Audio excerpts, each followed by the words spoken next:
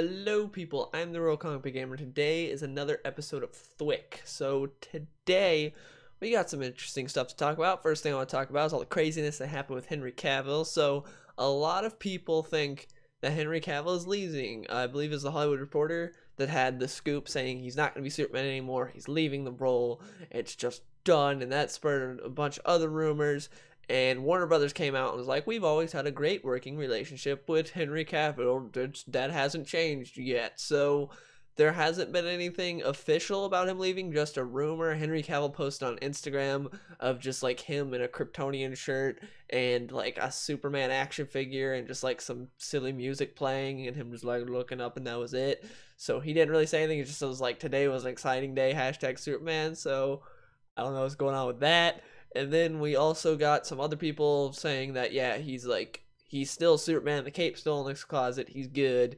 So I'm hoping that's true, because the rumors are that like he had scheduling conflicts because of The Witcher with appearing in Shazam, and so because of that, Warner Brothers like, oh yeah, well screw you, and they just booted him out.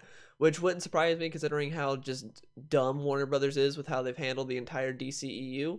So I would not doubt them doing something stupid like this, but I'd love to see him have a cameo in Shazam. I think that'd be awesome. I think it'd be great. It's funny though, the fact that they got him first, like WB got Henry Cavill first, but they've been losing him to everyone else. Like, the reason that whole mustache thing happened in Justice League was because of Mission Impossible and the contract that they had with that. If they would have had him, they had him first. If they would have gotten everything done in the first place instead of having a bunch of reshoots, it wouldn't have mattered. And now with this, again, they had him first, but because of The Witcher, they're missing him out on Shazam. Instead of having this planned way ahead of time, being like, oh, let's just get a cameo for Shazam. Instead of now, they're like, oh, we should probably do something about having a cameo in Shazam after he signed on to The Witcher. It's so stupid. If they would have had their priorities straight, this would have been fine. It would not have been a problem. But as most of you guys know, Man of Steel is my favorite comic book movie, and I'm a huge Superman fan. He's my favorite fictional character of all time, and I love Henry Cavill's Superman. Besides Man of Steel, he hasn't really had a time to shine.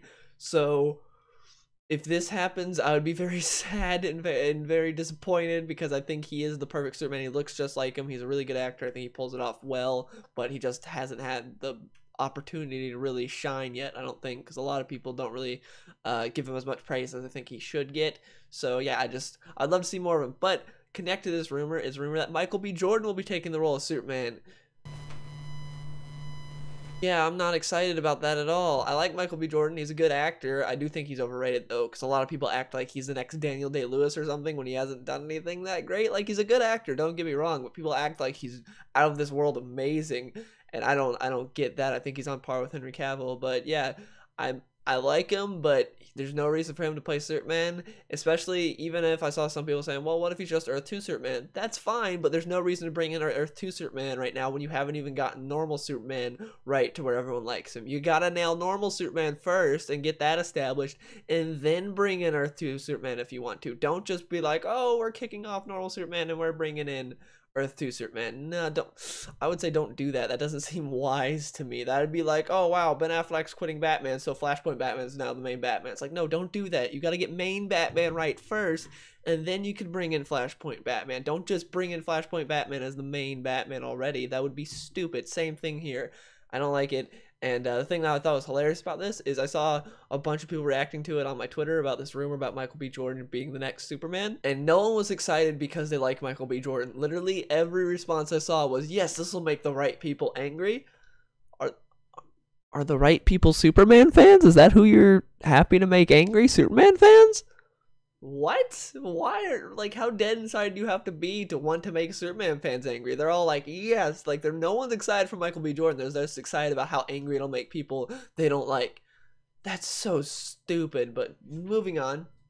Something else that we got that actually sucks is the fact that Benjamin Percy, who's the current writer on Nightwing, his last issue is issue number 50. Which I'm very sad about, because I've been saying this for a while now, that Nightwing is the best book at DC. It's so consistently good. I love it. Benjamin Percy has just been doing a great job. I've really enjoyed his run, and he's talking about how at number 50 something huge is going to happen. It's going to be some amnesia like story arc. So I was like, yes, I can't wait to see where it goes from here.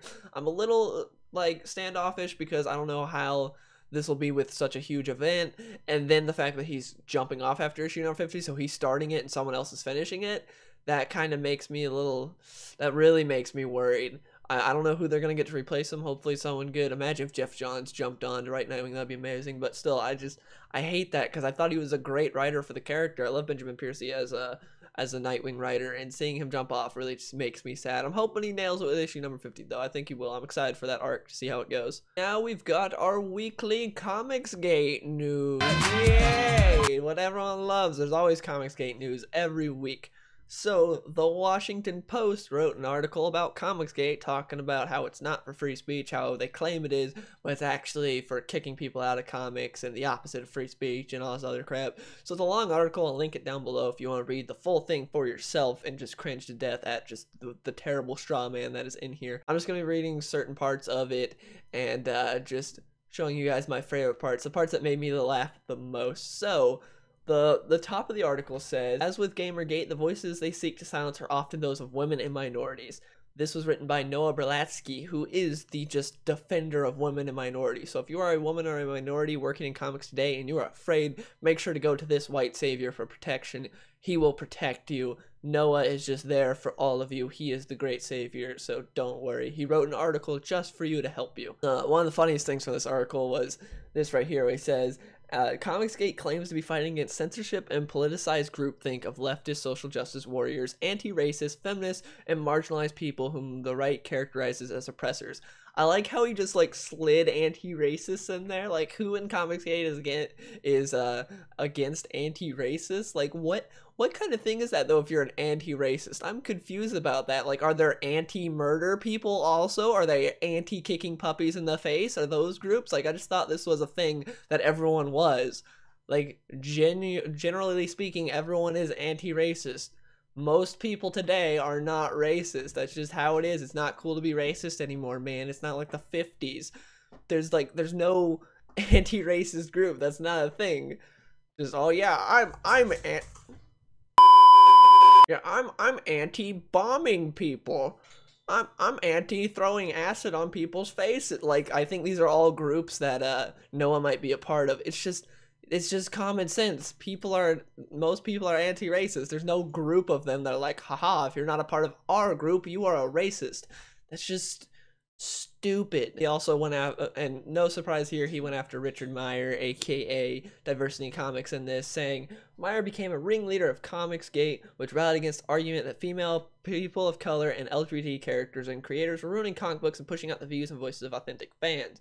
Oh yeah, that's definitely it, because he's never gone in and talked about how much he loves Christopher Priest, or talked about how much he loves Silencer, who is a black female character that is brand new, by the way, a new character, which is probably, I think, his favorite book at DC. He's constantly gushing over it. I personally don't think the book's very good. I don't think it's bad, but I don't think it's near as good as he's saying, but he loves the book, and yeah, he's just saying that he's trying to kick these people out of comics, which is funny, because this is the exact same thing they said when I got kicked out of a comic shop, was that I was part of a group that was, like, led a harassment campaign to get women and minorities kicked out of comics. That, me getting kicked out of a comic shop was me trying to get them out of comics. Yeah, I'll go get myself kicked out. That'll get you kicked out. It didn't make any sense, but that's what they go to. They all have the same arguments. They all think the same. They all say the same thing. That's what's funny about the SJWs, is they're so damn predictable. They all say the same thing. They're all like, oh, they're trying to get women and minorities out of comics. It's like, no one's trying to do that. He also talks about how Mags Visaggio was treated and acts like she's a complete victim and innocent. Doesn't mention the baseball bat tweet. Yeah, just slide on by that. But if Richard Meyer were to say anything remotely close to that, you're damn sure he'd bring that up. Because anything Richard has said, which no matter how bad, because there are some things that he said that I don't agree with, but at the end of the day, they're just words. He's never threatened anyone with violence. He said some things like calling was it Heather Antos a cum dumpster, I believe. Like, that's bad, but at the end of the day, that's just like making fun of her, making a joke about her. That's not threatening to beat her teeth out with a baseball bat.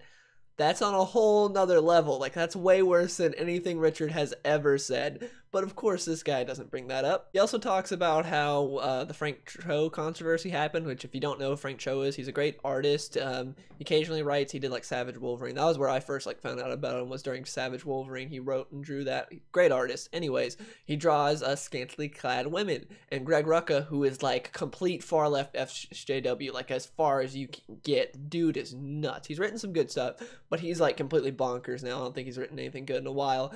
And he wanted Frank Cho off the book because Frank Cho wasn't the interiors, he was just the cover artist. He wanted him off the book because he didn't like the way he was drawing them. And it's funny because he wasn't drawing Wonder Woman like scantily clad or anything. He was just mad about it because he didn't like Frank Cho. Comicsgate came to the support of Frank Cho, and the guy talks about this in the article. The thing about that is Frank Cho is a minority, which goes completely against this narrative that Comicsgate is trying to get minority creators kicked out of comics.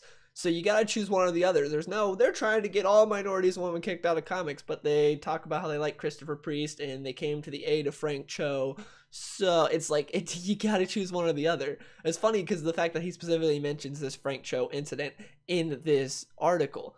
You shouldn't have done that, bud. You should have left that out. You would have been fine, but he didn't. He put it in there, so it shows Comicsgate defending a minority creator. You, sir, are an idiot. Another excerpt I liked was, when Mellon and Richard Meyer's comic Jawbreakers was dropped by its distributor, Antarctic Press, the far-right conservative outlet The Federalist went all in on the censorship narrative. The thing that's funny about that is the fact that he doesn't mention why it got dropped. Antarctic Press was all in. They were all good with Jawbreakers. They're like, fine, they've done conservative books before. They've done like these Trump parody books, and they're fine with it. But they got pressured by Mark Waid to drop it, which is, again, it's funny because of the fact that they've done these conservative books to where Jawbreakers is apolitical and not conservative in any way whatsoever, not right-wing in any way. It just has right-wing creators. That's it. The book itself isn't.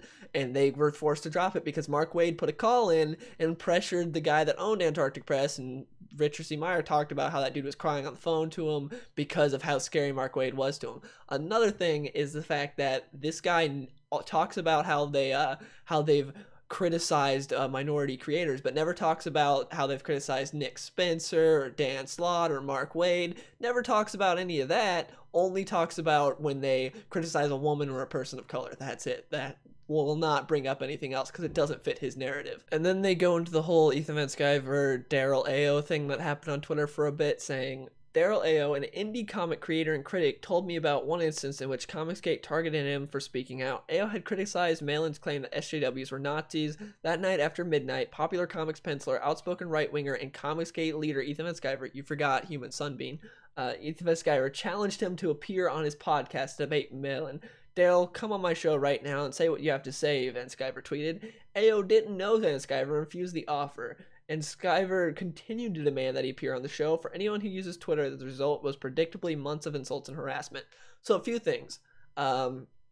One is the fact that he says he doesn't know Ethan Van Sciver. I'm sorry, but if you're involved in the comics industry for the past decade, you damn well sure know who Ethan Van Sciver is. He with Jeff Johns, who's arguably the best comic book writer out right now, brought back Barry Allen and Hal Jordan, two of the most important characters in comics. And not only that, but he was also a big part of Jeff Johns' Green Lantern run, which was huge for the character. So either he just didn't pay attention to comics and was just not a fan at all, and that's how, or more than likely he knew exactly who Ethan Van Sciver was and just lied. I'm sorry, but like, I can understand if you don't know who John Malin is, because John Malin, while a great artist, isn't like a big name in comics. He hasn't done a whole lot.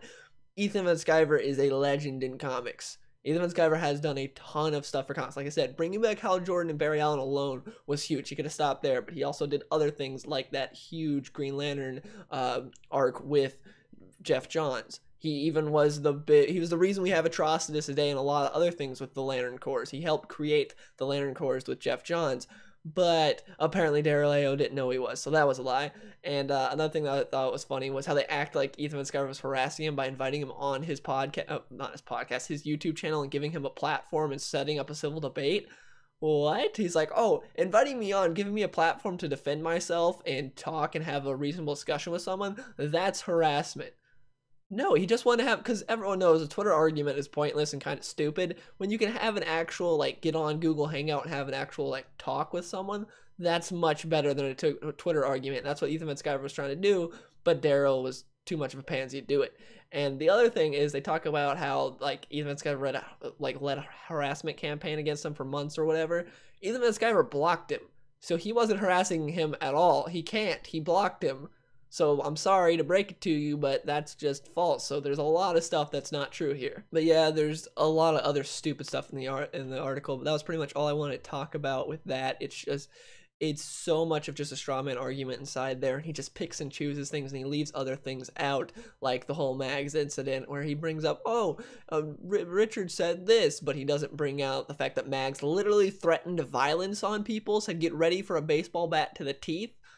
That's nuts. Wouldn't bring that up. I just still can't believe he brought up Frank Cho though, because that is showing an instance of Comicsgate defending a minority creator. So he's obviously pretty dumb. He's not very bright. So I feel a little sorry for him considering he's very dumb. But the fact that he wrote this article, it's so bad. It's so much just trying to get everything to fit his narrative. And it's so obvious. But yeah, the last thing I really have to talk about for This Week in Comics this week is the fact that Jon Hamm said he's interested in playing Batman, and I say yes, please. I want someone that actually wants to play Batman. Ben Affleck, from the very get-go, he's been a great Batman, I think, but he has not been interested in it at all. He's just not. He doesn't care. He's not like in love with the character. He just seems depressed. He does not seem to care about playing Batman.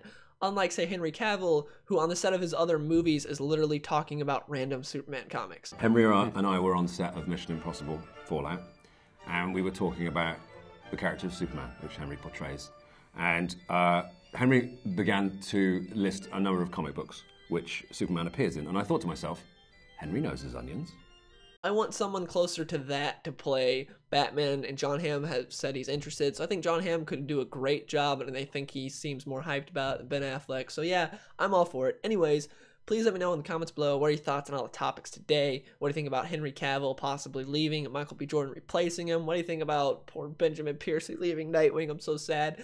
And what do you think about the whole Comicsgate thing with this article? Again, it's linked in the description if you want to read this nonsense for yourself. I don't want it to seem like I just took the worst excerpts from it and the rest of the article is great. No, you can read the full thing for yourself in the description. And also, what do you think about Jon Hamm coming in to play Batman? I think that'd be great. Anyways, hope you guys enjoyed the video, and next time I see you guys, I'll be in a new apartment. I'm moving this weekend, so wish me luck. Anyways, see you guys later. Peace. Legends never die, we've been going every night. I've been feeling way too blessed, but with Lex I'm never stressed. They don't know just what we do, we've been out here with the crew. They don't know just how we live, think we got too much to give.